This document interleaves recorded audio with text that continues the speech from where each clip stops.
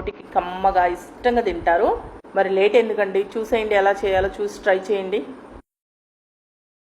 ముందుగా రైస్ని నానబెట్టుకోండి. 1 glass rice తీసుకున్నాను, బాస్మతి రైస్ అండి. ఇవి 300 గ్రాముల దాకా ఉంటాయి నేను తీసుకున్న రైస్ వచ్చేసి. ఈ బాస్మతి రైస్లో తగినన్ని నీళ్లు పోసేసి ఒక 2 సార్లు కడగండి నీట్గా. కడిగేసిన తర్వాత మళ్ళీ ఈ బాస్మతి రైస్ మునిగేంత వరకు నీళ్లు పోసేసి ఒక అరగంట నాననివ్వండి. ఇలా రైస్ ఒక అరగంట నానబెట్టుకోవడం వల్ల మీకు రైస్ అనేది పొడి పొడిలాడుతూ వస్తుంది, అలాగే బాగా ఉడుకుతుందండి. అలాగే బాస్మతి రైస్ తీసుకున్నాను కదా నేను, మీరు నార్మల్ రైస్తో అయినా ఈ పులావ్ చేసుకోవచ్చు. ఇలా కడిగిన ఈ రైస్ని పక్కన పెట్టేసి ఇప్పుడు చికెన్ తీసుకోండి. ఈ చికెన్ కూడా నేను ఒక 2-3 సార్లు నీట్గా కడిగేసానండి. ఇలా కడిగి పెట్టుకోవాలి. 1/2 కేజీ చికెన్ తీసుకున్నాను. ఇలా కడిగి తీసుకున్న ఈ చికెన్లో 1 టీ స్పూన్ ఉప్పు, 1/2 టీ స్పూన్ పసుపు, 1 టేబుల్ స్పూన్ కారం వేసుకొని ఈ చికెన్ ముక్కలకి ఉప్పు పసుపు కారం బాగా పట్టేటట్టు కలిపేసుకోండి. మీరు కావాలంటే దీంట్లోనే కొద్దిగా అల్లం వెల్లుల్లి పేస్ట్ కూడా వేసుకొని కలుపుకోవచ్చు. నేను అల్లం వెల్లుల్లి పేస్ట్ ఆయిల్లో వేసి ఫ్రై చేసుకుంటాను, అందుకని జస్ట్ ఇవి వేసి కలిపేస్తున్నాను. ఇలా బాగా కలిపేసిన తర్వాత బౌల్కి మూత పెట్టేసి దీన్ని కూడా 10-15 నిమిషాలు పక్కన పెట్టేసుకోండి. అలాగే గోంగూరను కూడా నీట్గా కడిగి పెట్టుకోండి. మీడియం సైజు 1 కట్ట గోంగూర తీసుకున్నానండి నేను. 1 గ్లాస్ రైస్కి ఇంత గోంగూర సరిపోతుంది. మరి ఎక్కువ వేసుకున్నా కానీ కాస్త పుల్లగా ఉంటుంది కాబట్టి గుప్పెడితో పట్టుకొని చూస్తే ఫుల్గా వచ్చింది కదా. ఇంత గోంగూర తీసుకొని నీట్గా కడిగి పక్కన పెట్టేసుకోండి.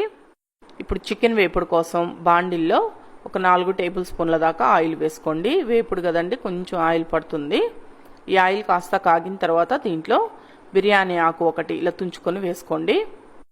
అలాగే అనాస పువ్వు 1, 1 ఇంచు చెక్క, కొద్దిగా జాపత్రి, నల్ల యాలుక 1, 4 లవంగాలు, 3 యాలకులు, 1/4 టీ స్పూన్ సాజీరా వేసేసి ఈ మసాలా దినుసులన్నింటినీ లైట్గా వేయించుకోండి. ఇవన్నీ ఇలా వేగిన తర్వాత ఇప్పుడు దీంట్లో 2 లేదా 3 పచ్చిమిరపకాయలని ఇలా పొడవుగా కట్ చేసుకోండి. అలాగే మీడియం సైజు 1 ఉల్లిపాయని ఇలా చిన్న ముక్కలుగా కట్ చేసి వేసి ఈ ఉల్లిపాయ ముక్కలు అనేవి కొద్దిగా కలర్ మారేంత వరకు ఫ్లేమ్ని మీడియం ఫ్లేమ్లో పెట్టి వేయించుకోండి. ఇలా ఉల్లిపాయ ముక్కలు కాస్త కలర్ మారేంత వరకు వేగిన తర్వాత దీంట్లో మీడియం సైజు 1 టమాటాని ఇలా ముక్కలుగా కట్ చేసి వేసి టమాటా ముక్కలు బాగా మెత్తబడేంత వరకు వేయించుకోండి. 1/2 కేజీ చికెన్కి 1 ఉల్లిపాయ 1 టమాటా సరిపోతుందండి, మరి ఎక్కువ వేసుకోవాల్సిన అవసరం లేదు. ఇలా ఉల్లిపాయ టమాటా బాగా వేగిన తర్వాత మనం ముందుగా మ్యారినేట్ చేసి పెట్టుకున్న ఈ చికెన్ మొత్తాన్ని వేసుకొని మొత్తం బాగా కలిసేటట్టు కలుపుకోండి. ఒకసారి బాగా కలిపేసిన తర్వాత ఈ ప్యాన్కి మూత పెట్టేసి ఫ్లేమ్ని లో ఫ్లేమ్లో కానీ మీడియం ఫ్లేమ్లో కానీ పెట్టేసి ఒక 10 నిమిషాలు మధ్య మధ్యలో మూత తీసి కలుపుతూ ఉడికించండి. చికెన్లో నుంచి నీళ్ళు ఊరుతాయి కదండి, ఆ నీళ్ళు మొత్తం ఇంకిపోయి ఆయిల్ సపరేట్ అవ్వాలి, అలా వచ్చేంత వరకు ఉడికించుకోండి. ఇలా మూత తీసి మధ్య మధ్యలో కలుపుతూ మళ్ళీ మూత పెట్టి వేయించుకోవడం వల్ల మీకు ముక్క అనేది మెత్తగా సాఫ్ట్గా బాగా ఎర్రగా వేగుతుంది అనమాట. అందుకని మూత పెట్టేసి మధ్య మధ్యలో మూత తీస్తూ వేయించండి. ఇప్పుడు ఒక 10 నిమిషాల తర్వాత మూత తీసి చూస్తే మీకు ఈ విధంగా ఆయిల్ సపరేట్ అవుతుందండి. ఇలా ఆయిల్ సపరేట్ అయిన తర్వాత దీంట్లో ఫ్రెష్గా దంచుకున్న అల్లం వెల్లుల్లి పేస్ట్ 1 టేబుల్ స్పూన్ వేసుకోండి. అల్లం వెల్లుల్లి పేస్ట్ మటుకు ఫ్రెష్గా దంచుకున్నది వేసుకోండి, వేపుడు చాలా బాగుంటుంది టేస్ట్. దీంట్లోనే కొద్దిగా కొత్తిమీర, కొద్దిగా పుదీనా, ఒక 2 రెమ్మల కరివేపాకు కూడా వేసుకొని ఫ్లేమ్ని లో ఫ్లేమ్లో పెట్టి ఇలా కంటిన్యూస్గా కలుపుకుంటూ వేయించుకోండి. బాగా ఎర్రగా వచ్చేటట్టు వేయించండి, లో ఫ్లేమ్లోనే వేయించండి. మీకు ముక్క అనేది కొద్దిగా గట్టిగా ఉండి బాగా వేగాలి అనుకుంటే ఈ విధంగా మూత పెట్టకుండా లో ఫ్లేమ్లోనే పెట్టి కంటిన్యూస్గా అట్ల కాడతోటి ఇలా కింద నుంచి పైకి పైనుంచి కిందికి అనుకుంటూ బాగా వేయించుకోండి. లేదు ముక్క అనేది మీకు కాస్త సాఫ్ట్గా ఉండాలి, బాగా వేగాలి అనుకుంటే లో ఫ్లేమ్లోనే ఉంచి ఇలా మూత పెట్టేసి మధ్య మధ్యలో మూత తీస్తూ బాగా వేయించుకోండి. మీకు ఎలా కావాలంటే అలా వేయించుకోవచ్చు. ఇలా మూత పెట్టి తీస్తూ వేయించడం వల్ల ముక్క అనేది కొద్దిగా సాఫ్ట్గా ఉంటుంది. ఫ్లేమ్ని మటుకు లో ఫ్లేమ్లోనే పెట్టి వేయించుకోండి. ఇప్పుడు చూడండి బాగా వేగింది, చూడండి చికెన్ అనేది ఇలా ఎర్రగా బాగా వేయించేసుకోండి. ఇలా వేగిన తర్వాత ఈ చికెన్ వేపుడిని పక్కన పెట్టేసుకోండి. మీకు ఇంకా కావాలంటే ఇలా రెడీ అయిన చికెన్ వేపుల్లో కొద్దిగా కొత్తిమీర చల్లుకోవచ్చు. మనం ఎలాగో రైస్లో వేస్తాం కాబట్టి నేను డైరెక్ట్గా ఇలానే బాండిల్ని తీసి పక్కన పెట్టేస్తున్నాను. ఇదే స్టవ్ పైన కాస్త అడుగు మందంగా ఉండి వెడల్పుగా ఉన్న పాత్రను ఏదైనా పెట్టుకుని దీంట్లో ఒక 3 టేబుల్ స్పూన్లు నెయ్యి వేసుకోండి. నెయ్యి వద్దు అనుకుంటే మీరు ఆయిల్ అయినా వేసుకోవచ్చు, లేదా కొద్దిగా నెయ్యి కొద్దిగా ఆయిల్ అయినా వేసుకోండి, మీ ఇష్టం. కానీ గోంగూర పులావ్కి కొద్దిగా నెయ్యి వేసుకుంటేనే బాగుంటుంది. ఇలా నెయ్యి మొత్తం కరిగిన తర్వాత దీంట్లో ఒక 4 లేదా 5 లవంగాలు వేసుకోండి. ఒక బిర్యానీ ఆకుని తుంచుకొని వేసుకోండి.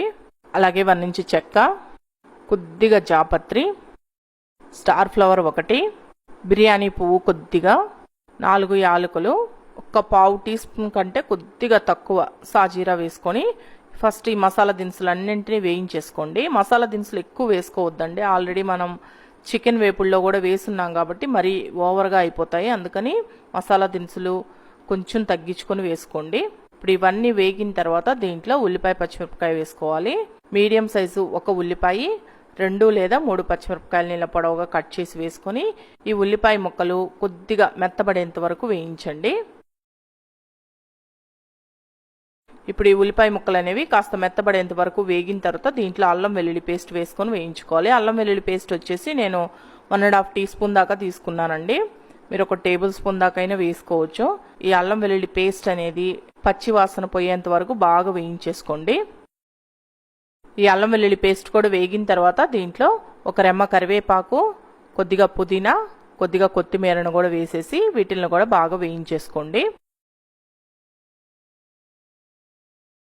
ఈ పుదీనా కొత్తిమీర కూడా బాగా వేగిన తర్వాత ఇప్పుడు గోంగూరని వేసుకోవాలి.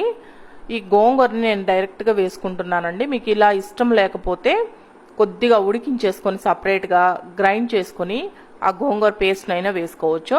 అంటే మీకు రైస్లో మొత్తం కలిసిపోవాలి, ఇలా తినడం ఇష్టం లేదు అనుకుంటే అలా చేసుకోవచ్చండి. మామూలుగా గోంగూర ఆయిల్లో బాగా మగ్గిపోతుంది కాబట్టి అవసరం లేదు. మీకు అలా వద్దు అనుకుంటే ఉడికించుకొని గ్రైండ్ చేసుకొని వేసుకోండి. ఇప్పుడు చూడండి, ఇలా వేయించేసుకుంటే మీకు ఈ విధంగా మెత్తగా వేగిపోతుంది, గోంగూర కూడా మెత్తబడిపోతుందండి. ఇలా వేగిన తర్వాత ఇప్పుడు దీంట్లో కారం 2 టీ స్పూన్లు వేస్తున్నాను. మీరు ఇంకా బాగా స్పైసీగా కావాలంటే ఇంకొంచెం కారం వేసుకోండి. పులుపు కదా గోంగూర, కొంచెం కారం పడుతుంది. అలాగే 1/2 టీ స్పూన్ పసుపు, మీ రుచికి సరిపడా సాల్ట్, 1 టీ స్పూన్ ధనియాల పొడి, 1 teaspoon garam masala powder అన్నీ వేసుకొని ఫ్లేమ్ని లో ఫ్లేమ్లోనే పెట్టి మొత్తం బాగా కలిసేటట్టు కలుపుకోండి. గరం మసాలా పౌడర్ మటుకు మీ ఆప్షనల్ అండి. ఆల్రెడీ మనం మసాలా దినుసులు అన్నీ వేసాం కాబట్టి వేసుకోకపోయినా పర్వాలేదు. అంటే పులావ్ అనేది కొద్దిగా ఘాటుగా కావాలి అనుకునే వాళ్ళు కొద్దిగా గరం మసాలా పొడి వేసుకోండి. వద్దు లైట్గా మసాలా ఉంటే సరిపోతుంది అనుకునే వాళ్ళు గరం మసాలా పొడిని స్కిప్ చేసేయండి. ఇలా మొత్తం బాగా కలుపుకున్న తర్వాత ఇప్పుడు దీంట్లో మనం ముందుగా నానబెట్టుకున్న బాస్మతి రైస్ మొత్తాన్ని వేసుకోవాలి. ఇలా బాస్మతి రైస్ మొత్తం వేసుకున్న తర్వాత 1 గ్లాస్ రైస్కి 2 గ్లాసులు నీళ్లు పోసుకోండి. ఏ గ్లాస్తో బాస్మతి రైస్ తీసుకుంటారో అదే గ్లాస్తో 2 గ్లాసులు నీళ్లు పోసుకోవాలి. ఇక్కడ మీరు రైస్ను బట్టి నీళ్లు పోసుకోవాలండి. నేను తీసుకున్నది పాత రైస్ కాబట్టి 1 గ్లాస్కి 2 గ్లాసులు నీళ్లు పోసుకున్నాను. అదే మీరు కాస్త కొత్త రైస్ తీసుకున్నారనుకోండి నీళ్ళన్ని పట్టవండి, కొద్దిగా తగ్గించుకొని పోసుకోండి. ఇలా ఒకసారి కలిపేసిన తర్వాత టేస్ట్ చూసుకోండి, నీళ్ళని ఉప్పు కారం అన్నీ మీకు కరెక్ట్గా సరిపోయాయా లేదా అని. సరిపోలేదు అనిపిస్తే మీ టేస్ట్కి తగ్గట్టు ఉప్పు కారం వేసుకొని కలుపుకోండి. ఎందుకంటే గోంగూర పులుపు ఉంటుంది కదా, పులుపుకి తగ్గట్టు ఉప్పు కారం పడితేనే టేస్ట్ ఉంటుంది. అందుకని నేను కొద్దిగా ఉప్పు కారం నాకు తగ్గినట్టు అనిపించింది, కొంచెం వేసుకొని కలుపుకుంటున్నాను. ఇలా కలిపేసిన తర్వాత గిన్నెకి మూత పెట్టేసి ఫ్లేమ్ని మీడియం ఫ్లేమ్లో పెట్టి ఉడికించండి. ఇప్పుడు చూడండి, మూత తీసి చూపిస్తున్నాను.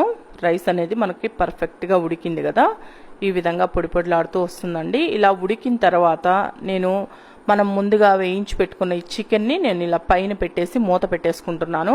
ఇలా చేయడం వల్ల మనకి ఆ చికెన్లో ఉన్న ఫ్లేవర్స్ కూడా రైస్కి పట్టి టేస్ట్ బాగుంటుందండి. మీకు ఇలా వద్దు అనుకుంటే డైరెక్ట్గా ఈ రైస్ని పెట్టుకొని కొద్దిగా ఈ చికెన్ ఫ్రైని పక్కన పెట్టుకొని అయినా తినేయచ్చు. ఇప్పుడు దీనిపైన లాస్ట్గా కొద్దిగా కొత్తిమీరను చల్లేసుకొని మూత పెట్టేస్తున్నాను. మీకు కావాలంటే కొద్దిగా పైనుంచి నెయ్యిని కూడా వేసుకోండి, ఇంకా బాగుంటుంది. మూత పెట్టేసి ఒక 5 నిమిషాలు అలా వదిలేసేయండి. 5 నిమిషాల తర్వాత మూత తీసేసి వేడి వేడిగా ఈ రైస్ ఆ చికెన్ ఫ్రైతో తింటే సూపర్ ఉంటుందంటే చాలా చాలా చాలా బాగుంటుందండి. మీరు ఎప్పుడు తినే చికెన్ బిర్యానీలు కాకుండా ఇలా గోంగూరతోటి పులావ్ చేసుకొని చికెన్ వేపుడుతో తిని చూడండి ఎంత బాగుంటుందో. అలాగే ఒకవేళ మీకు నాన్ వెజ్ ఇష్టం లేకపోతే ఈ గోంగూర పులావ్ చేసుకొని రైతాలో వేసుకొని తిన్నా కానీ చాలా బాగుంటుందండి. ఒక్కసారి ట్రై చేసి చూడండి, అందరికీ బాగా నచ్చుతుంది. మరి ఈ వీడియో మీకు నచ్చింది అనుకుంటున్నాను. నచ్చితే మన